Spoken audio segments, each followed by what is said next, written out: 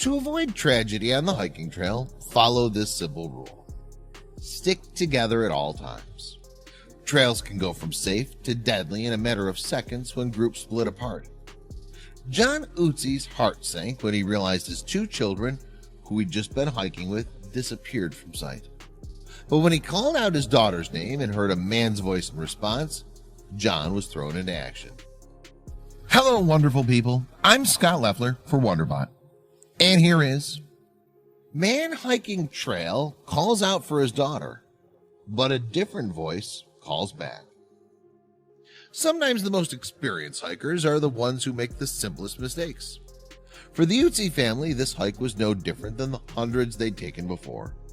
They were overconfident, leading to a series of events John would never forget.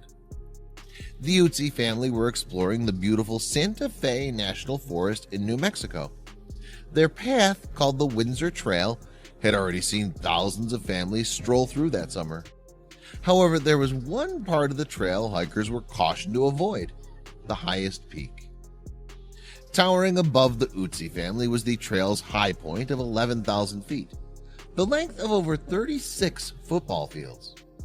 Even the lowest parts of the trail come in at a whopping 7,000 feet high. But John and his kids, unaware of the nightmare to come, weren't intimidated by these staggering numbers. John was admiring the views as his kids played ahead of him. They'd pass a few minutes along the way, indicating this was a safe space for children to run wild. With summer coming to a close, John was soaking up every moment. Suddenly, he could no longer hear his kids' voices. At first, John wasn't concerned. This wasn't the first time he'd trusted his kids to roam free. After all, they had all the survival gear they could carry. Little did they know these supplies would soon be urgently needed. As a veteran of the Marine Corps, John was confident in his children's survival instincts. On top of their hiking experience, his kids had been raised by a service member. Their ability to run into an emergency situation was about to be tested. After a long silence, John called out to his kids. He knew his 10-year-old would be following close behind his 12-year-old big sister. But at the top of the path, which was growing steeper and steeper, John only saw one of his children. Once John caught up to his youngest child, he realized his eldest daughter had disappeared. The two began searching for her, staying close together as they barreled over the dirt and rocks. Clearly, this part of the trail was less traveled, reminding John of the park's deadly warnings. Now his mind was racing. John's guilt was setting in. If he'd only told his kids to stay close, his daughter would be safe and sound. If anything were to happen to her, John would be absolutely devastated. Even his 10-year-old was growing fearful. They yelled and yelled until finally they got an unexpected response. John thought he heard his daughter yelling, so he shouted her name as loudly as he could. Suddenly, a deep voice cut through the trees, giving John a scare. Realizing it was a man's voice, John bolted ahead. John's dash toward the strange man's voice felt like it would never end. Time slowed down as his brain cycled through worst-case scenarios. When he heard his daughter's voice yell out again, John nearly tripped over his own feet. Finally, he'd reached the path's end, in shock by what he had found. After expecting something horrific, John was relieved to discover his daughter in one piece. They embraced, but her face was heavy with concern. Before John could ask why, he heard that strange man's voice again. The Utleys quickly realized that someone was calling for help.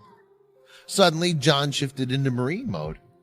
After rounding up his children, the family set off to find the source of the mysterious voice calling for assistance. Together, they did a call and response, taking them further and further from the trail.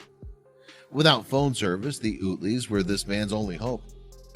After 20 minutes of shouting, John and his children stumbled upon a clearing.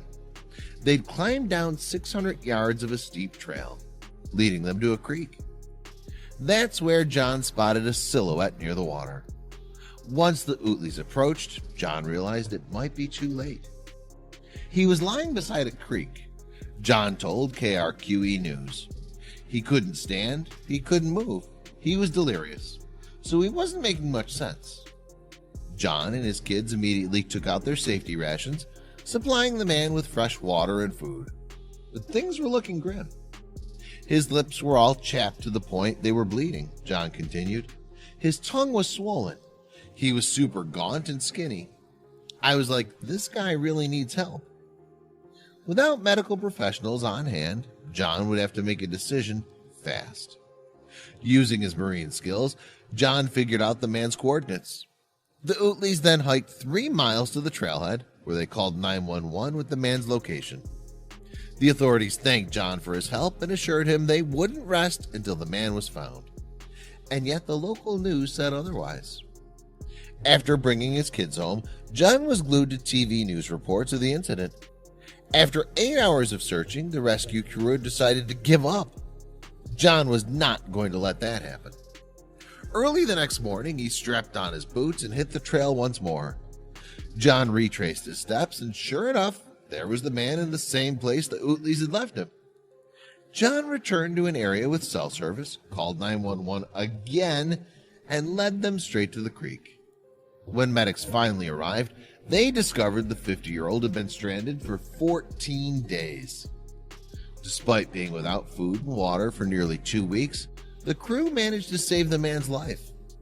John and his children were delighted, and although the 50-year-old hiker was quite experienced, it would soon be revealed that he made one crucial mistake which landed him in the dire situation.